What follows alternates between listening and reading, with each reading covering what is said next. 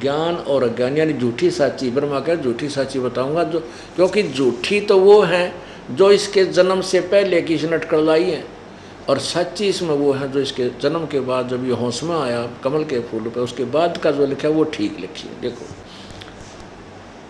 उक्तियों द्वारा ऊपर इस प्रकार कहा जाता है, उसने क्या जाते हैं, उसने कुछ काल के बाद अद्वितीय की द्वितीय की इच्छा प्रकट की, उसके भीतर से एक से अनेक होने के संकल्प हुए। तब उस निराकार परमात्मा ने अपनी लीला शक्ति से अपने ही लिए मूर्ति की कल्पना की, यानी यो काल किसी को दिखाई नहीं देता, इसने प्रतिज्ञा कर रखी है, और ये जो प्रकट होता है तो ब्रह्मा या विष्णु या शिव जी के रूप धारण कर लेता है। तो ये इसको निराकार मानने बैठे हैं, यो खुद साकार है, काल रूप है, जो गीता में कहता मैं काल हूँ अर्जुन देख मेरा ये रूप है। इसका वास्तविक रूप ये 1000 भुजा वाला है। जब चाहे ये 2000 भुजा, 2 भुजा भी रख सकता है, 4 भी बना सकता है। अब देखो जो मूर्ति रहित परब्रह्म है उसी की मूर्ति यानी साकार रूप उस काल ने ही, ये कौन है उसका साकार रूप कौन है, ये भगवान सदाशिव हैं, ये काल सदाशिव रूप कहलाता है। अर्वाचीन और प्राचीन विद्वान इन्हीं को ईश्वर कहते हैं। उसमें एकाकी रहकर सब इच्छा अनुसार व्यवहार करने वाले उन सदाशिव ने अपने विग्रह माने शरीर से स्वयं ही एक स्वरूप भूता शक्ति की सृष्टि की। पुण्यात्माओं कबीर परमात्मा आए थे, सबसे पहले ब्रह्मा को मिले थे। परमात्मा ने चाहा था कि ब्रह्मा ने यो ज्ञान बता दूं, और ये सबको ज्ञान सुनाता है। ब्रह्मा विष्णु जी को, शिव जी को और सारे ऋषियों को यो है ज्ञान सुनाता है। अगर इसने मेरा ज्ञान सुन लिया तो काल का कुंडा उठ जाएगा, ये सबको बता देगा। अब परमात्मा ने यह सृष्टि रचना ब्रह्मा को सुनाई। ब्रह्मा ने कुछ तो सृष्टि रचना ले ली और कुछ अपना अज्ञान इसमें ठोक दिया। परमात्मा की उस यथार्थ ज्ञान को पूरा ना लेकर के इसने यही थोड़ी सी आंशिक ले ली, तो वो अब बता रहा है, वो सही बता रहा है। देखिए क्या लिखता है कि उस काल के ने अपने शरीर तय, इस महाशिव ने अपने विग्रह में शरीर से स्वयं एक सर्वभूता सृष्टि शक्ति की सृष्टि की, जो उनके अपने श्रीअंग से कभी अलग होने वाली नहीं थी। उस पराशक्ति को प्रधान प्रकृति गुणवती माया बुद्धि तत्व की जननी तथा विकार रहित बताया है। उस शक्ति, वह शक्ति अंबिका कही गई है। उसी को प्रकृति, दुर्गा को प्रकृति सर्वेश्वरी त्रिदेव जननी, तीनों देवताओं की माँ, ब्रह्मा विष्णु महेश की जननी, जन्म देने वाली, नित्य और मूल कारण भी कहते हैं। सदाशिव द्वारा इन काल द्वारा प्रकट यानी उसके शरीर से निकली हुई की गई उस शक्ति की 8 भुजाएं। पुण्यात्मा ये था शिव पुराण, और उसमें संस्कृत में था जो परमात्मा ये ज्ञान सुनाया करते थे। आज ये हिंदी में हो गया तो इनका ज्ञान पकड़ा गया, और आज भी ये संस्कृत में होते तो हमारा पल्ले फिर भी ना पढ़ते, ये अज्ञान फिर रह जाता। परमात्मा ने दया की कि उन्हीं के द्वारा अनुवादित करवा दिया, और आज हम शिक्षित हैं, उस परमात्मा की उस वाणी से तुलना करते हैं तो परमात्मा की वाणी सत्य है, कबीर जी की वाणी सत्य है। वो पूर्ण परमात्मा थे जिसने सब वेदों और गीता और पुराणों का ज्ञान 600 वर्ष पहले बता रखा था, और वो अज्ञानी थे ये ऋषि महर्षि गुरु ब्राह्मण जो गुरु के पद पर बैठे, जिनको अपने सिलेबस का ज्ञान इसमें व्याख्या की है। आगे देखो, त्रिदेव जननी, इसको प्रकृति भी कहते हैं। यहाँ देखो, नाना प्रकार के आभूषण उसके श्री अंगों की शोभा बढ़ाते हैं, यानी देवी है यहाँ, और कई प्रकार के गहने पहनती है। देवी नाना प्रकार की गतियों से संपन्न है, अनेक प्रकार के अस्त्र शस्त्र धारण करती है, यानी नरे शस्त्र रखती है। एकाकिनी होने पर भी वह माया संयोगवत अनेक हो जाती है। वे जो सदाशिव हैं उन्हें परम पुरुष, ईश्वर, शिव, शंभु और महेश्वर भी कहते हैं। वे अपने सारे अंगों पर भस्म रमाए रहते। उन काल रूपी ब्रह्म ने, ये शिव जी जो ना महाशिव रूप में, ये काल रूपी ब्रह्म ज्योति निरंजन ने एक समय शक्ति के साथ, नाथ नहीं है साथ, यानी दुर्गा को साथ लेकर शिवलोक नामक क्षेत्र का निर्माण किया। उस उत्तम क्षेत्र को काशी कहते हैं, वह परम निर्वाण आदि। ये प्रिया और प्रियतम रूप शक्ति और शिव ये पति पत्नी रूप में रहते हैं, जो परमानंद स्वरूप है। उस मनोरम क्षेत्र में नित्य निवास करते हैं। काशीपुरी परम आनंद रूपणी है। मुने शिव और शिवा ने, दुर्गा और काल और दुर्गा ने प्रलय काल में भी कभी उस क्षेत्र को अपने सानिध्य से मुक्त नहीं किया। आगे देखो, देव ऋषि एक समय उस आनंद वन में रमण करते हुए शिवा और शिव के मन में, दुर्गा और काल के मन में यह इच्छा हुई कि किसी दूसरे पुरुष की सृष्टि करनी चाहिए, यानी कोई बच्चा पैदा करना चाहिए, जिस पर यह सृष्टि संचालन का महान भार रखकर हम दोनों केवल काशी में रहकर स्वेच्छा अनुसार विचरें और निर्वाण धारण करें। ऐसा निश्चय करके शक्ति सहित सर्वव्यापी परमेश्वर शिव ने दुर्गा के साथ पति पत्नी का व्यवहार किया। अपने वाम भाग के 10वें अंग पर अमृत मल दिया। फिर तो वहां से एक पुरुष प्रकट हुआ, एक बालक की उत्पत्ति हुई। उसका नाम क्या रखा? शिव ने कहा, वत्स, व्यापक होने के कारण तुम्हारा विष्णु नाम विख्यात हुआ। अब ब्रह्मा जी कहते हैं तत्पश्चात कल्याणकारी परमेश्वर शाम सदाशिव ने पूर्ववत प्रयत्न करके मुझे अपने दाहिने अंग से उत्पन्न किया। यानी इस काल और दुर्गा से ब्रह्मा और विष्णु का जन्म सिद्ध हो गया। अब ये अनुवाद करता विचलित है, मूल संस्कृत वाली इस शिव पुराण में सही लिखा है तीनों की उत्पत्ति। अब अनुवादकर्ता ने यहाँ छोड़ दिया कि शिव से शिव की उत्पत्ति कैसे लिखूं, ये सारे ज्ञानी थे। अब दिखाएं आपको। अब ये 3 सिद्ध होते हैं कैसे, ये 9वां अध्याय इसी रुद्र संहिता का 9वां अध्याय समाप्त होता है। यहाँ देखा, इस प्रकार ब्रह्मा विष्णु और रुद्र इन तीनों देवताओं में गुण हैं, परंतु शिव गुणातीत माने गए। ये 4 हो गए ना, ब्रह्मा विष्णु और यो शिव, रुद्र यो शंकर, और इनमें तो गुण है परंतु शिव गुणातीत माने गए। 4 हो गए। यानी यो काल इनका पिता है, ब्रह्मा विष्णु महेश इसके पुत्र हैं, और दुर्गा इनकी माता है। और देवी पुराण में भी ऐसा ही है। विष्णु कहता है कि मैं छोटा सा बालक था ना, इसमें क्या नाम है, देवी पुराण में, ये देवी पुराण और दिखाते हैं आपको, अधिक नहीं, थोड़ा सा समय लेंगे इसमें। देखिएगा देवी पुराण, ये गीता प्रेस गोरखपुर से प्रकाशित है।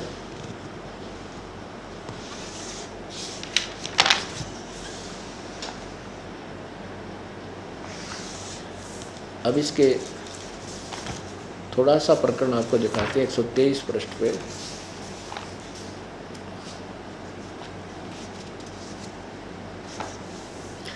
एक 121 पृष्ठ से देखते हैं। 121 पृष्ठ, इसमें लिखा है,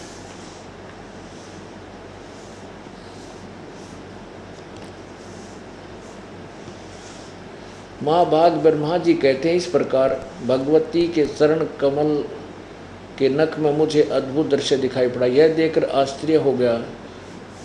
तब मैं ब्रह्मा रुद्र तीनों ने मान लिया कि यह देवी अखिल जगत की जननी है। यह था नहीं, 119 पर देखो, 19 पे यहाँ से। अब कहते हैं तीनों, ब्रह्मा बता रहा है कि उन्हें देखकर हम सभी महान दुर्गा को देखकर आश्चर्य में पड़ गए।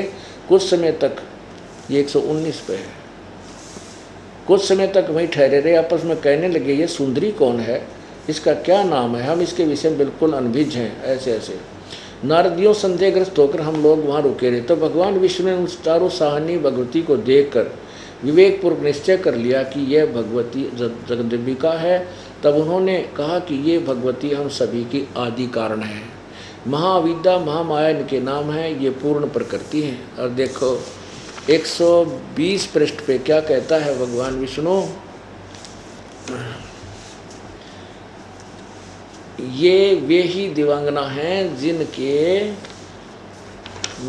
परलावरण में मुझे दर्शन हुए थे, जब पानी पानी था, पूरी सृष्टि नाश हो रही थी, मुझे दर्शन हुए। उस समय मैं बालक रूप में था, मुझे पालने पर ये झुला रही थी। वट वृक्ष के पत्थर पर एक सुदृढ़ सैया बिछी थी, उस पर लेटकर मैं अपने पैर के अंगूठों को अपने कमल जैसे मुख में चूस रहा था। इति सिद्धम के विष्णु का जन्म हुआ, दुर्गा तो इसकी माँ है। और आगे फिर ये देखना 123 पृष्ठ पे, ये तीसरा स्कंद है, तीसरा स्कंद चल रहा है ये, और पृष्ठ 123 पे विष्णु जी कहने लगे, तुम शुद्ध स्वरूपा हो, ये सब संसार तुम इसे उद्भासित हो रहा है। मैं ब्रह्मा और शंकर हम सभी तुम्हारी कृपा से विद्यमान हैं। हमारा आविर्भाव और तिरोभाव हुआ करता है। केवल तुम ही नित्य हो, जगत जननी हो, प्रकृति और सनातनी देवी हो। कि तुम हम तो आविर्भाव माने जन्म, तिरोभाव माने मृत्यु होता है हमारा तो ब्रह्मा शंकर और विष्णु का। तुम प्रकृति, प्रकृति इसी का नाम है, दुर्गा को कहते हैं। शंकर भगवान बोले देवी यदि माँ भाग विष्णु तुम्ही से प्रकट हुए हैं तो उनके बाद उत्पन्न होने वाले ब्रह्मा क्या तुम्हारे बालक नहीं हुए? और फिर मैं तुमगुणी लीला करने वाला, ओह शंकर क्या तुम्हारी संतान नहीं, अर्थात मुझे भी उत्पन्न करने वाली तुम ही हो। सत साहिब। आज का जो शुभ दिन है ये बहुत ही महत्वपूर्ण है। ये ज्येष्ठ शुद्धि पूर्णिमा, जेठ उतरते की पूर्णमासी है।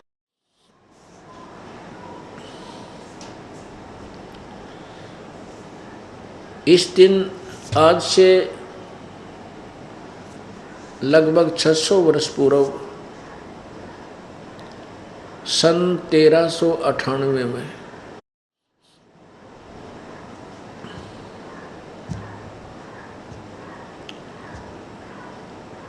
विक्रमी संवत 1455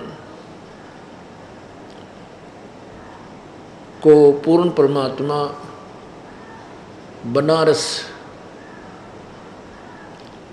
अर्थात काशी शहर में एक लहर तारा तालाब के अंदर कमल के फूल के ऊपर नवजात शिशु रूप धारण करके प्रकट हुए, विराजमान हुए।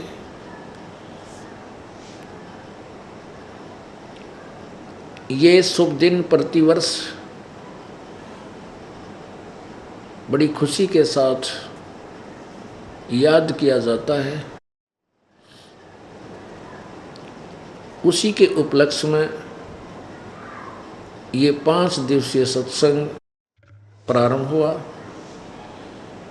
और आज ये समापन हो रहा है। आज इसका समापन हो रहा है। पुण्यात्माओं, परमेश्वर कबीर जी के विषय में लोक वेद के आधार से यानी झूठे ज्ञान, लोकवेद होता है दंत कथा, दंत कथाओं के आधार से परमेश्वर के विषय में बहुत सी भ्रमणाएं फैला रखी थी कि ये किसी विधवा स्त्री के से जन्म हुआ था, वो शर्म के मारे कहीं डाल आई थी, उसको नीरू नीमा जुल्हा उठा ले गए थे। ये कतई झूठ है। परमेश्वर ने शादी भी नहीं की थी, इनके कोई स्त्री नहीं थी और न ही इनके कोई पुत्र पुत्री थी। परमेश्वर ने 2 मृत बच्चों को जीवित किया था अपनी समर्थता का प्रमाण देने के लिए। एक का नाम कमाल रखा था जो 12-13 वर्ष की आयु का था और एक का नाम कमाली रखा था, बेटी का नाम। वो लड़की जो मुर्दा जिंदगी थी, उन दोनों बच्चों को अपने साथ रखा था, उनको भक्ति मार्ग पर दृढ़ किया। परमेश्वर की कोई अपनी संतान नहीं थी। वैसे तो हम सभी उसकी संतान हैं, लेकिन जिस दृष्टिकोण से वे लोग कहा करते थे दंत कथा सुनाने वाले, ऐसा उस परमेश्वर कबीर जी का इतिहास नहीं था। उसके विषय में ये दास अब आपको जानकारी दे रहा है जो यथार्थ है।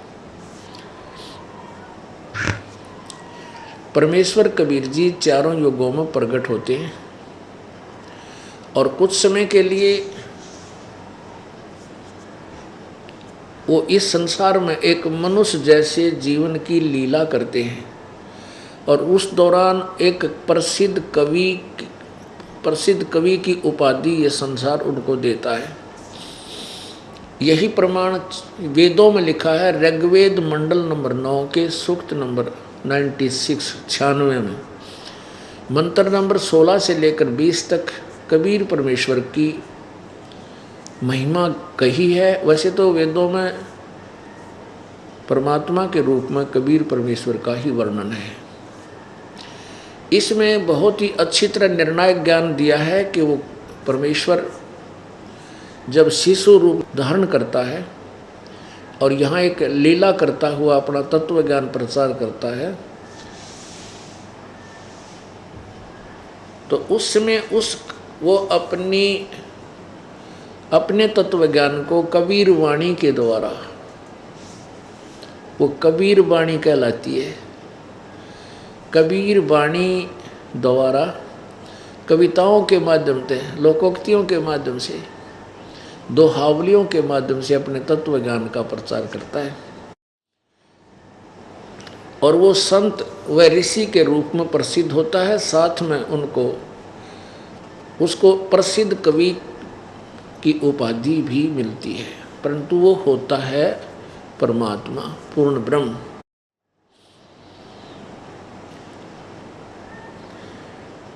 परमेश्वर चारों युगों में यही लीला करते हैं और काल के द्वारा फैलाए गए अज्ञान का नाश करने के लिए वे स्वयं ही अवतरित होते हैं।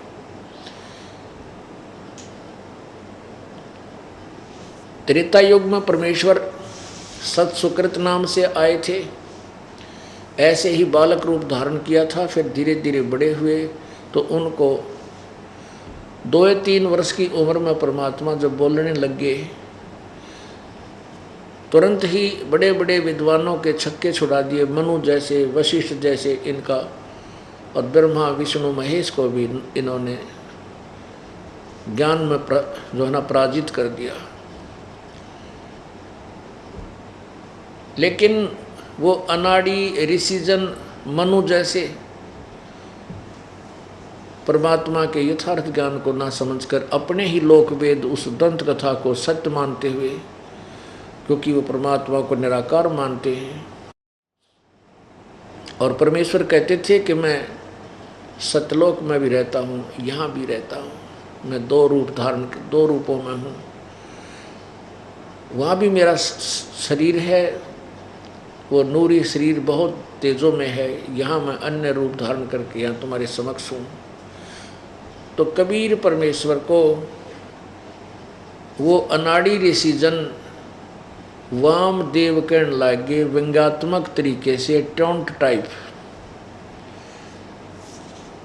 वाम का अर्थ होता है उल्टा, वामा, जैसे ये राइट हैंड को तो दाया कहते हैं हाथ, और लेफ्ट हैंड को बामा, लेफ्ट हैंड को बामा यानी बायां, और दाएं हाथ को सुल्टा हाथ भी कहते हैं, और बाएं हाथ को उल्टा हाथ भी कहते हैं, बामा उल्टा।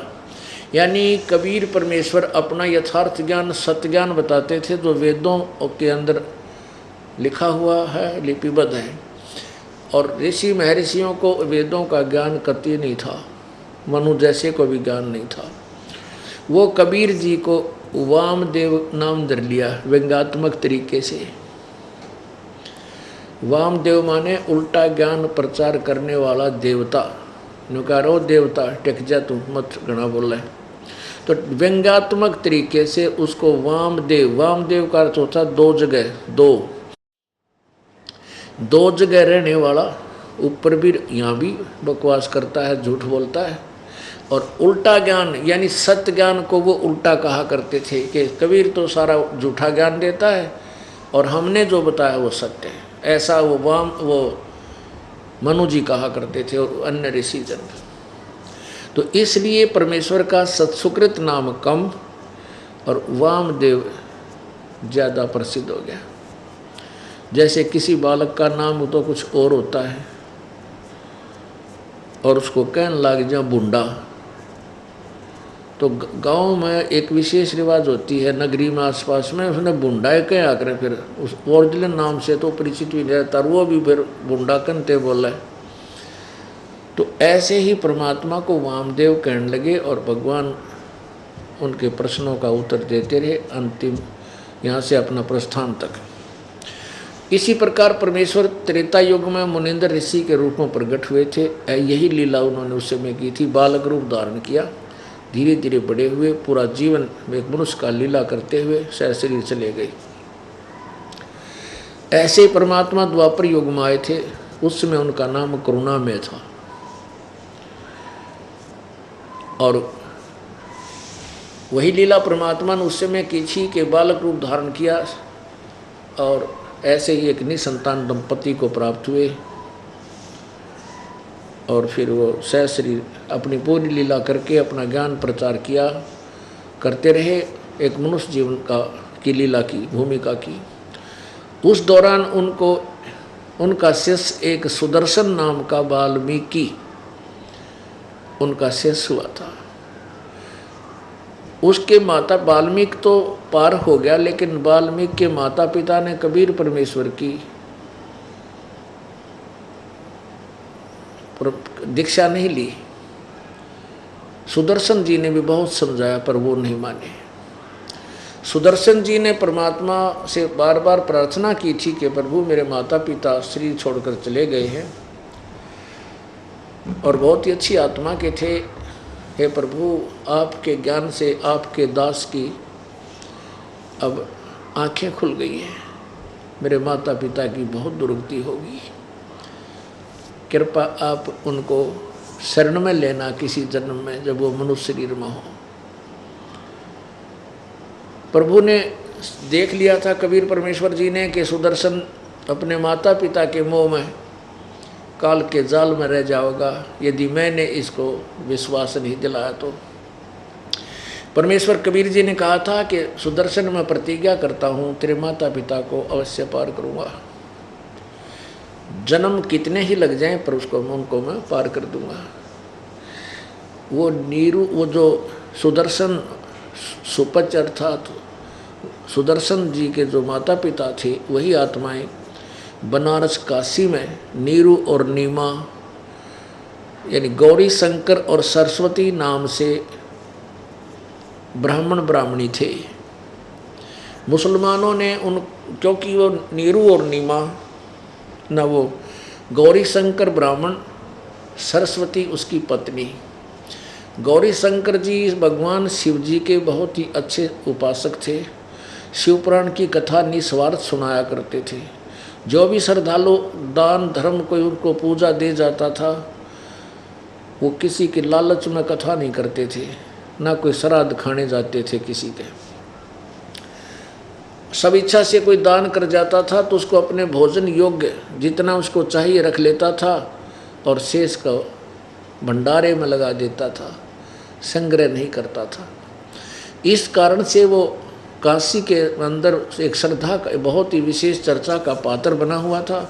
श्रद्धालु बहुत ज़्यादा उसके पास जाने लगे। इससे अन्य जो नकली ब्राह्मण थे जो दुनिया को गुमराह करे थे, श्राद्ध निकालो फलाना करो कोई कुछ करो, वो बहकाते थे तुम्हारा संकट काट देंगे, इतने पैसे धर दो, वो ईर्षा करने लगे। उनकी संख्या अधिक थी, वो अकेला था। जो है गौरी शंकर अकेला था और गौरी शंकर जी भगवान शिव की बहुत ज़्यादा महिमा गाते थे। लोग काफ़ी काशी के प्रभावित थे, जिससे मुसलमान लोगों ने देखा कि ब्राह्मण लोग तो इसके साथ नहीं और यो हिंदू धर्म का प्रचार ज़्यादा कर रहा है, क्यों ना इसको मुसलमान बना दे। तो मुसलमानों ने अपने आप पानी छिड़क दिया उनके घर में, उसके कपड़ों पे उनके मुंह में गिर दिया ज़बरदस्ती।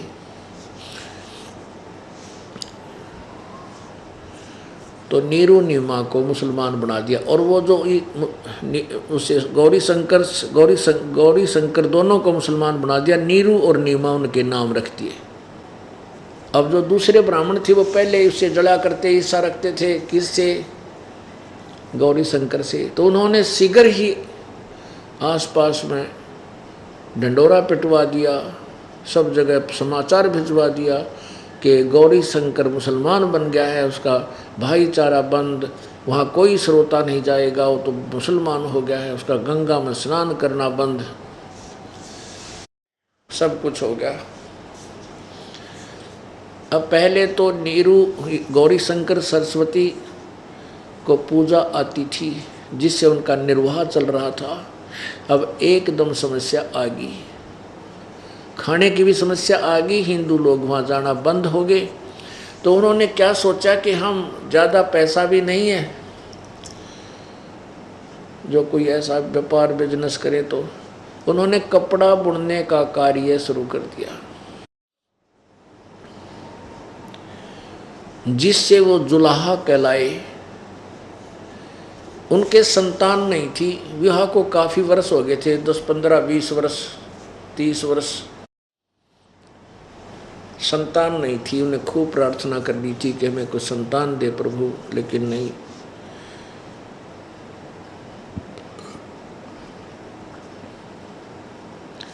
सन 1398 विक्रमी संवत 1455 ज्येष्ठ सुदी पूर्णमासी को वे दोनों स्नान करने के लिए सुबह सुबह लहर तारा तालाब में प्रतिदिन की तरह गए, चल पड़े।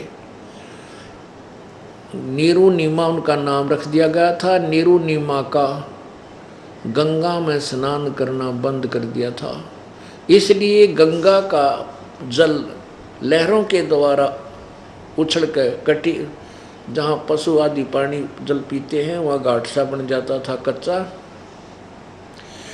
लहर जब फुल भर के आती थी गंगा दरिया, तो उनका पानी ऊपर से, लहरों का पानी ऊपर से उछलकर एक बहुत बड़े सरोवर का रूप धारण किए हुए था। उसको लहर तारा बोलते थे, यानी गंगा की लहरों से भरा हुआ वो स्थान, और तारा उसका नाम था। लहर तारा, इस प्रकार वो लहर तारा स्थान उसका नाम पड़ा। तो वो उन्होंने गंगा में स्नान करना उनका बंद कर दिया गया था, तो लहर तारा तालाब में जाकर वो स्नान करते थे प्रतिदिन, जो उनके झोंपड़ी से, उनके रेजिडेंस से लगभग 4 किलोमीटर दूर था। प्रतिदिन सुबह सुबह वो वहाँ स्नान करके आते थे। भले ही वो मुसलमान बना दिए गए थे, लेकिन भगवान शिव को नहीं भुला पाए थे। अंदर ही अंदर भगवान शिव को ही याद किया करते थे। उधर से परमेश्वर पूर्ण ब्रह्म, परम अक्षर ब्रह्म सत्यलोक से चलकर सह शरीर वहाँ से आए। उसी दिन ब्रह्म मुहूर्त यानी सूर्य उदय होने से 1.5 घंटा पूर्व परमात्मा सतलोक से आए और काशी के लहर तारा तालाब पर एक शिशु रूप धारण किया। इस दृश्य को एक अष्टानंद नाम के ऋषि देख रहे थे, क्योंकि वो उसी लहर तारा में स्नान करके और वहीं किनारे पर बैठकर अपनी साधना करने की तैयारी पकड़ रहा था। अपना भजन सिमरन करने के लिए अपना चद्दर बिछाकर बैठा ही था।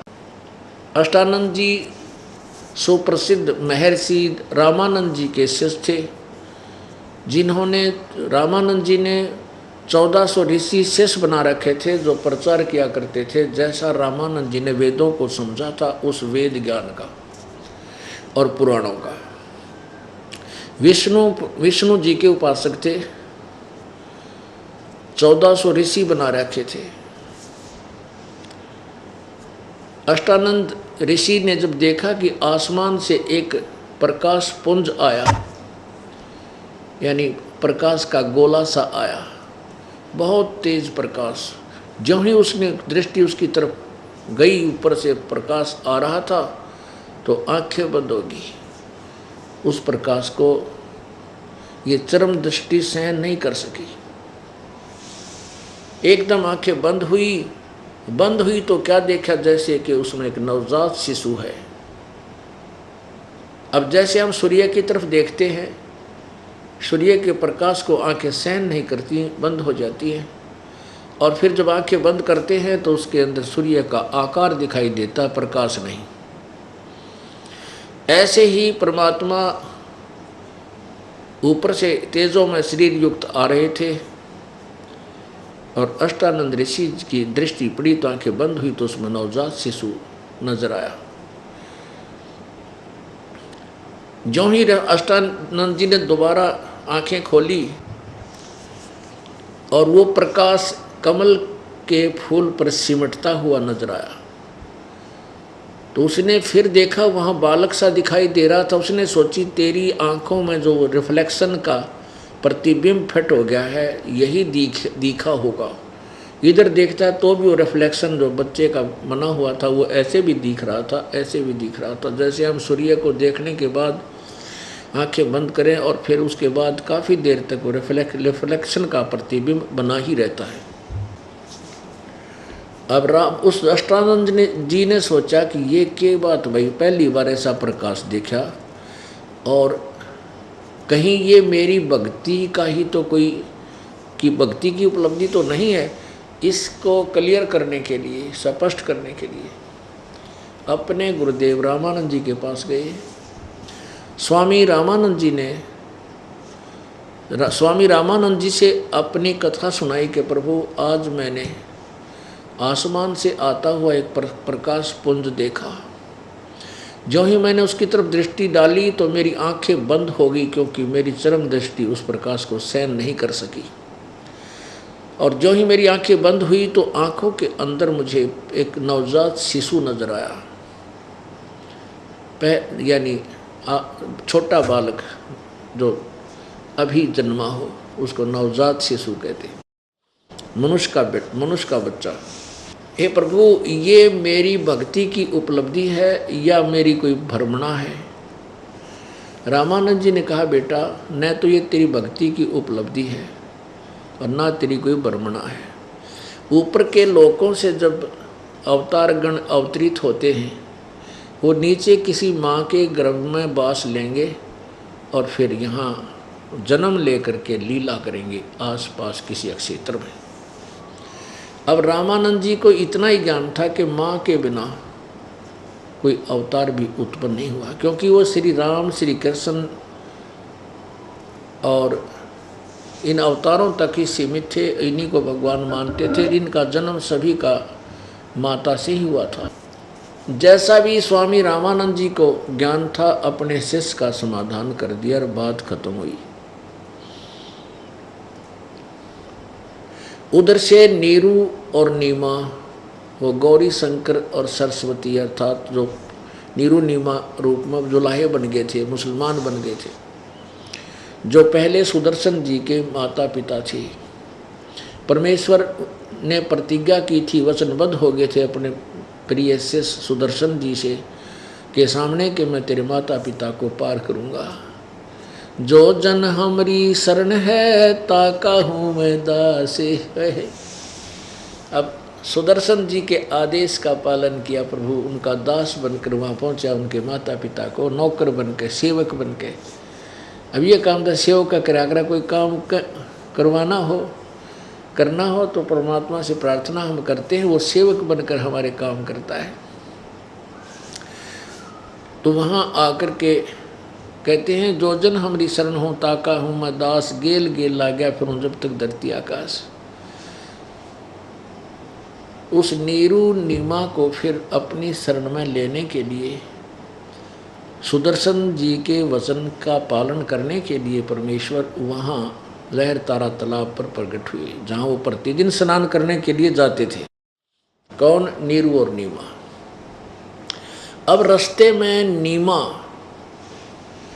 रो रही है और अपने भगवान शंकर से प्रार्थना कर रही है, हे प्रभु आप तो महेश्वर हैं, सर्वशक्तिमान हैं, जो चाहो सो कर सकते हो, आपको कोई भी कार्य दुर्लभ नहीं। अपनी दासी को भी एक खिलौना दे देते, एक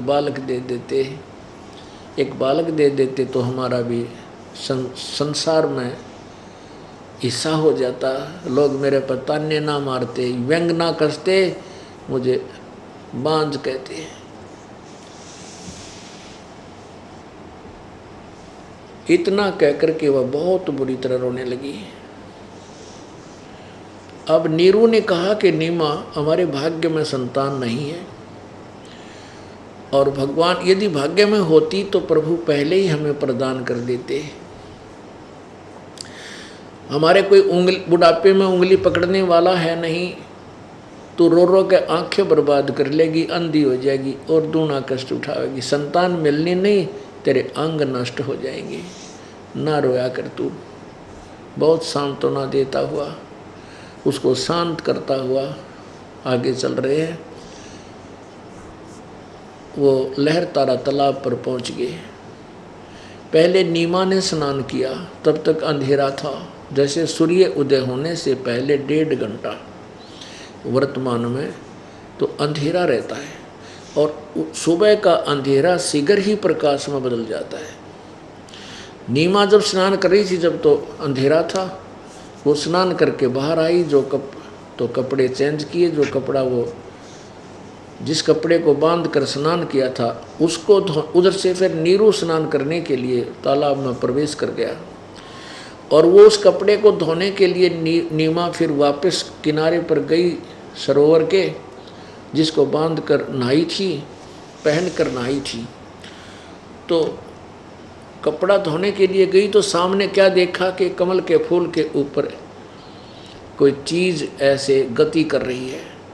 कबीर परमेश्वर ने नवजात शिशु रूप धारण कर रखा था, और एक पैर का अंगूठा मुख में और दूसरे पैर को ऐसे हिला रहे थे, बालक जैसी लीला कर रहे थे। अब पहले तो नीमा ने देखा कोई सर्प है, दिखा है मेरे पति की तरफ आ रहा है, ऐसे हिल रहा है। जब उसने ध्यान से देखा तब तक कुछ उजाला हो गया था। उसने देखा कि कमल के फूल के ऊपर बच्चा है। अपने पति से जो वहीं पर अंदर सरोवर में प्रवेश करके गहरा जा करके स्नान कर रहा था, ऐसे मलमल पानी से नहा रहा था, अपने पति से कहा कि देखो जी, सामने कमल के फूल पर एक छोटा सा बच्चा है, इसको निकालना, ये डूबेगा। अब नीरू ने सोचा कि यह मेंटल वाली इन बच्चों के मुंह में, वो नहाता नहाता स्नान करता करता उसकी बातों पर की और ध्यान नहीं देता। कहता नीमा, तू मेंटल होएगी, तू पागल होएगी, अब तुझे जल में भी बच्चे दिखाई देने लगे, कुछ शांत हो। तो उसने फिर कहा कि देखो जी, देखो, सचमुच देखियो देखियो। जब उसने कसक के साथ कहा नीमा ने, तब नीरू विवश हो गया कि सचमुच ये क्या कहने लगी, ये क्या कहने लगी, पानी किधर, उसने जिधर संकेत कर रखा, देखो वो देखो, तो उसकी दृष्टि उधर गई। सचमुच वहाँ तो कमल के फूल पर एक बहुत ही खूबसूरत, बहुत ही सुंदर एक लड़का है। तुरंत ही उसने आव देखा ना ताव देखा कि बालक डूब ना जा बच्चा। उसने तुरंत उस फूल, कमल के फूल समेत तोड़ कर नौका ने उठा लिया और उठाकर अपनी पत्नी को दे दिया। अब नीरू फिर स्नान करने लग गया। नीमा ने उस परमात्मा, उस बालक को भगवान शिवजी दत्त मानकर, शिव दत्त मानकर कि मेरे भगवान शिवजी ने दिया है, सीने से लगावे, प्यार करे, उसका मुँह चूमे, माथे का लावे और सौ शुक्र मनावे अपने शिवजी भगवान का कि मेरे भगवान शिवजी ने हमें एक लाल दे दिया। हे भगवान, आज अर्ज करी थी सच्चे दिल तर रोक है, आज भगवान शिव ने मेरी जोड़ी भर दी। पुण्यात्मा कहते हैं, जगत का पेखना पेख्या, धनी का नाम ना लेखा। अब जैसे हम अनुपासक थे, अनुपासना करते थे श्री राम की, श्री कृष्ण की, शिव जी की, बाबा श्याम जी की, हनुमान जी की, यानी सारे देवताओं की जो ना कौड़ी भर रहे थे।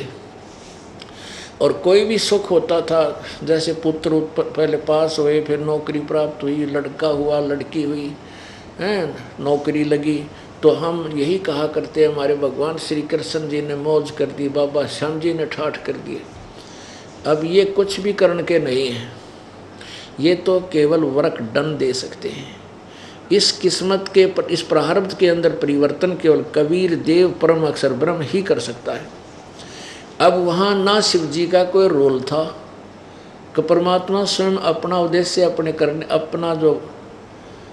अपनी जो वचन था उसको पूर्ण करने के लिए कब स्वयं प्रकट हुए। प्रभु धनी कुल मालिक और महिमा शंकर जी की हो रही है। तो ऐसे इनकी अभी तक ब्रह्मा विष्णु महेश्वर का नो दाव लाग रहा था, इसलिए ये प्रभु पाक रहे थे। ये भगवान नहीं, ये प्रभु नहीं है। प्रभु मीन भगवान की अगर आप परिभाषा समझोगे तो बहुत भिन्न होती है। ये हमारे किसी भी कर्म को परिवर्तन नहीं कर सकते। तो इस प्रकार हम इन्हें न्यू महिमा होगी, मिला था अपना अपना कर्म और महिमा जो जिसका उपासक था उसी के को दे देता था। इतना सूत बैठ रहा था। एक व्यक्ति था और वो टोटे में घना आ गया, बहुत ज़्यादा निर्धन हो गया, कर्जा हो गया। उसने लाल कपड़े पहन लिए। लाल कपड़े पहन लिए तो एक सेठ निसंतान था और उसकी चर्चा एक ट्रेन में हो रही थी कि इस अगले डिब्बे में एक सेठ बैठा है, बहुत बड़ा सेठ है उस गांव का, इसका संतान कौन है, ये नाम है इनका। वो सारा नोट पता कर लिया। वो जब आगे गाड़ी रुकी उतर कर उसी गड्ढे में चढ़ गया जिसमें वो सेठ था, वो लाल कपड़े धारण नकली संत। तो उसने अब सेठ ने तो दिखा बाबा जी और चरण छुए, हे महाराज मेरी मनोकामना पूर्ण करो, मेरा छोरा को ना ऐसे है और वैसे है। ने बोला भाई ठीक है, आशीर्वाद दे दिया, तेरा छोरा होगा, लड़का होगा। अब परमात्मा की कृपा हुई, उसके कुछ दिन के बाद लड़का हो गया। उसके लिए तो भगवान हो गया, उसका मंदिर बना लिया, उसकी मूर्ति ला ली, उसकी पूजा करने लग गया। नो सांग हो रहा हमारी के लिए। पुण्यात्माओं, हमारा जो भक्ति ज्ञान कति बिगड़ चुका है, परमात्मा से हम कोसों दूर हैं। अन्य जो भगवान हमें कुछ भी नहीं दे सकते, केवल वर्कडन देते हैं, किया कर्म दे सकते हैं, उन्हीं को हम सुप्रीम पावर मानकर उन्हीं पर आसक्त रहे और दुर्गति को प्राप्त होते रहे। परमात्मा गरीबदास साहिब जी कहते हैं कि हम कबीर भगवान कुलधनी को ना याद करके एक दूसरे को महिमा देते रहे। जगत का पेखना पेखा, धनी का नाम ना लेखा। जो करने वाला है सब कुछ, जैसे गीता जी अध्याय नंबर 15 के श्लोक 16-17 में कहा है कि दो भगवान है, एक क्षर पुरुष एक अक्षर पुरुष। क्षर पुरुष ये ब्रह्म है जो ब्रह्मा विष्णु महेश का पिता है, और अक्षर पुरुष ये परब्रह्म है जो 21 सातसंग ब्रह्मांड का मालिक है। ये दोनों नाशवान हैं, इनके प्राणी, इनके लोकों में प्राणी भी नाशवान है। 17वें श्लोक में कहा है 15वें अध्याय के में कि उत्तम पुरुष तु अन्य परमात्मा इति उदाहरते, यानी पुरुषोत्तम सही भगवान, सही श्रेष्ठ भगवान, उत्तम परमात्मा। तो कोई इन ऊपर वर्णित दोनों क्षर पुरुष अक्षर पुरुष, क्षर ब्रह्म और अक्षर ब्रह्म से और है जो परम अक्षर ब्रह्म है, जिसके विषय में गीता जी अध्याय नंबर 8 के श्लोक नंबर 3 में कहा है। गीता जी अध्याय नंबर 8 के मंत्र 1 में अर्जुन ने पूछा कि प्रभु आपने जो अध्याय नंबर 7 के श्लोक 29 में कहा कि तत्ब्रह्म को और पूरे अध्यात्म ज्ञान को और पूरे कर्मों को जो जान लेता है तत्वदर्शी संत की शरण में जाकर, वो केवल जन्म मरण के लिए ही छूटने का प्रयत्न करता है, संसार की किसी वस्तु की चाह नहीं रखता। तो 8वें अध्याय के प्रथम मंत्र में अर्जुन ने पूछा फिर किम तत्ब्रह्म, वो तत्ब्रह्म क्या है? इसका 8वें अध्याय के 3रे मंत्र में उत्तर दिया है कि वो परम अक्षर ब्रह्म है। तो वो परम अक्षर ब्रह्म जो है, ये गीता जी अध्याय नंबर 15 के श्लोक 16 और 17 में तीनों का वर्णन किया। ब्रह्म, क्षर ब्रह्म यानी क्षर पुरुष, अक्षर ब्रह्म अक्षर पुरुष, और परम अक्षर ब्रह्म और परम अक्षर पुरुष, ये तीसरा परमात्मा वो है वो तीनों लोकों में प्रवेश करके सबका धारण पोषण करता है। वह वास्तव में अविनाशी है और वही परमात्मा कहलाता है। अब आपको थोड़ी सी काल की परिभाषा बताते हैं, परमात्मा की परिभाषा बताते हैं। परमात्मा उसे कहते हैं जो केवल सुख दे, भगवान जिसे कहते हैं केवल सुख दे, दुख ना दे, कभी कष्ट नहीं देता भगवान। भगवान के डिक्शनरी में, परमात्मा के इतिहास में, शब्दकोश में दुख शब्द नहीं और इम्पॉसिबल वर्ड नहीं। उसको भगवान कहते हैं, जो दुख दे ही नहीं। तो ऐसे हम, जैसे ये काल भी भगवान कहलाता है दंत कथा लोक वेद के आधार से। कहते हैं मुल्ला माया मग में बैठी हंसा चुन चुन खाई, ये ज्योत स्वरूपी कहे निरंजन में ही करता भाई। ज्योत, ये काल कहता है मैं भगवान हूँ, मैं ही करता हूँ। परमात्मा कहते हैं ये भगवान नहीं है, ये दंत कथा के आधार पर वैसे सूखी महिमा बना रहे हैं।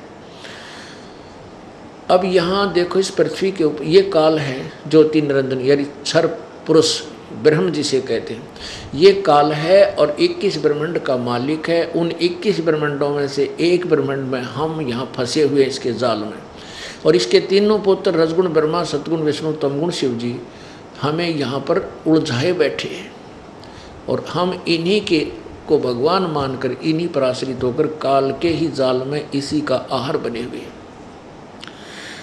अब जैसे परमात्मा की परिभाषा बताते हैं कि परमात्मा वास्तव में भगवान यानी परमात्मा यही कहलाता है। जैसे कसाई बकरे पालता है,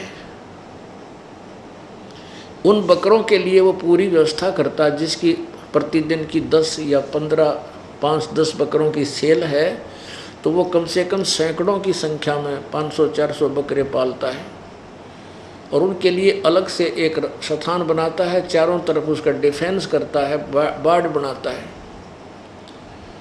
और बहुत बड़ा चरागाह उनके लिए तैयार करता है, एक सरोवर तालाब बनाता है, उनके लिए ऊपर जो है छाया करता है, कोई शेड डाल कर या झोंपड़ी डालकर।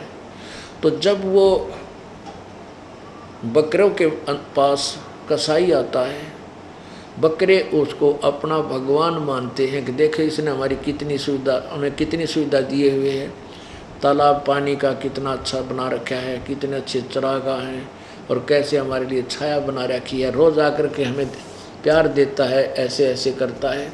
तो वो बकरे क्या करते हैं, उसको अपना दयालु मालिक मान के कसाई को प्यार देते हैं, ऐसे ऊपर न पैर उठा कर उसको प्यार देते हैं, सीने से लगाना चाहते हैं, उसके ऊपर ऐसे पंजाली डाल देते हैं, और जब वो देखता है उनको हाथ से छूता है, वो तो ऐसे चाटते हैं उसको प्यार से, वो बकरियां अपना प्यारा मालिक मान के कि हमारी कितनी देख रेख करता है।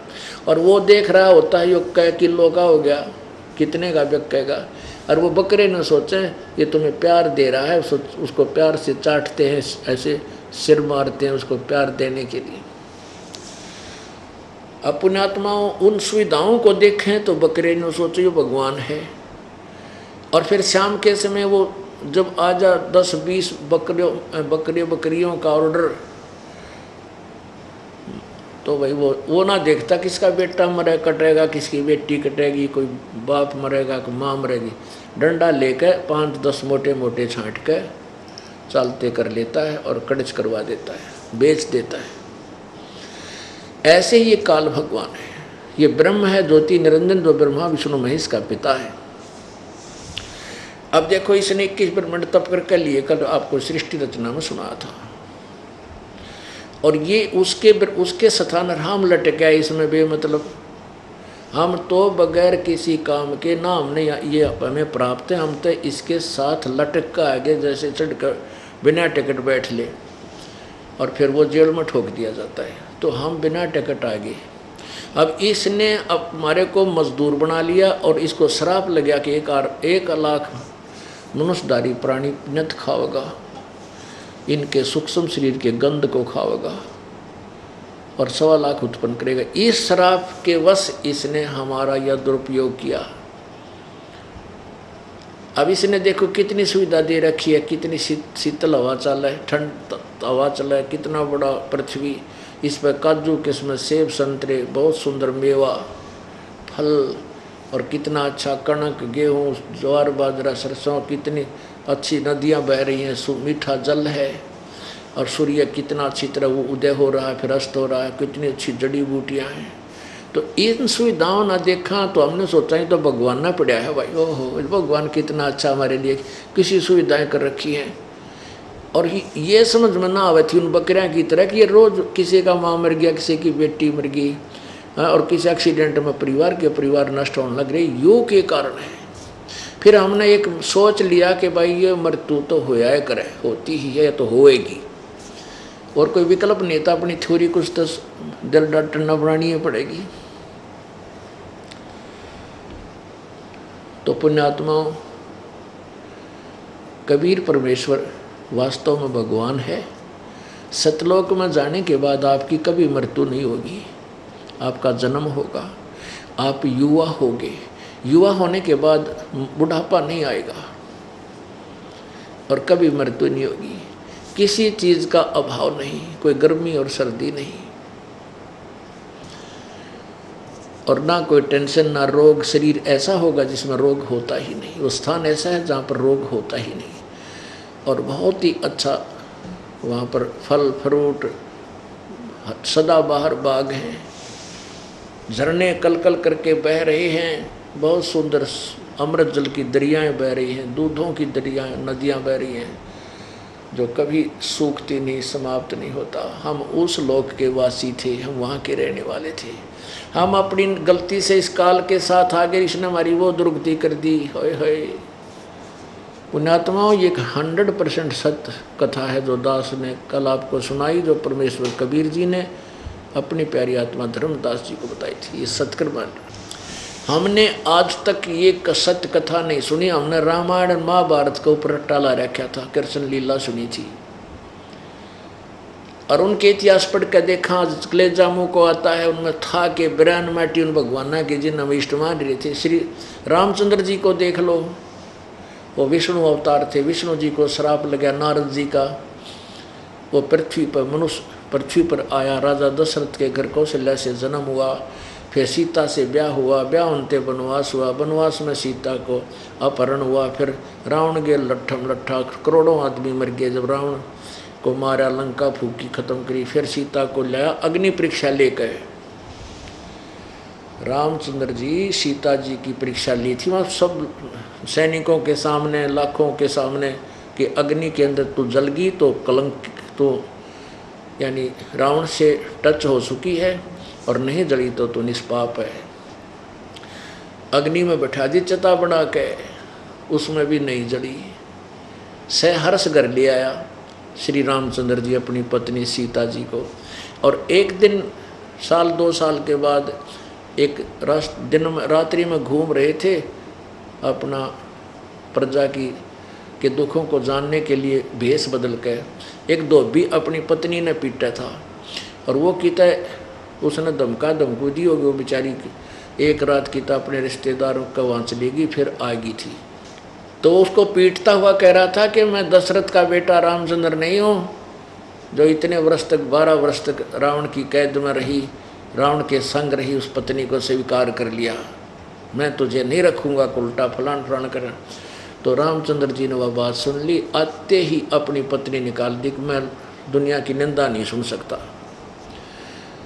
बताइए, भगवान भी कौन से दृष्टिकोण तो माना ही नहीं। भगवान जब लाखों लोगों के सामने परीक्षा ले ली अपनी पत्नी की, अग्नि इसमें भी नहीं जली, इसी निष्पाप पत्नी को, और एक मूर्ख व्यक्ति के कहने से, बकवादी के कहने से, और उसको कलंकित मान के घर से निकाल दिया। पत्नी कहाँ, वहाँ जाकर गर्भवती पत्नी को और निकाल देना, कालजा पाट जा जो मानस होता है। अब तेरा एक जनसाधारण भी नहीं कर सकता इसे जुल्म को। तो यूँ भी नहीं सोचा कित मरेगी, कौन इसका के दुर्गति करेगा तो जनता इसकी, कहाँ ये बच्चे न पालेगी, कैसे पोषण करेगी इसका जो गर्भ होगा। वो तो महर्षि वाल्मीकि भले पुरुष थे, उन्होंने अपनी बेटी की तरह रखा। वहाँ उनके लड़के ने जन्म लिया। और फिर एक वो अलग कहानी है। कहने का भाव ये है कि बच्चे कहाँ, और रामचंद्र जी राजा, अयोध्या के राजा कहते पृथ्वी का राजा बन जा। जो खुद कीतर बालक की तो बहुत महादुखी प्राणी होता है। तो पुण्यात्माओं, अंत क्या हुआ श्री रामचंद्र जी का? अपने पुत्रों से पराजित होकर के आकर के फिर सरयू नदी में शरीर छलांग लगा दी। वहाँ से अपना जीवन अंत किया।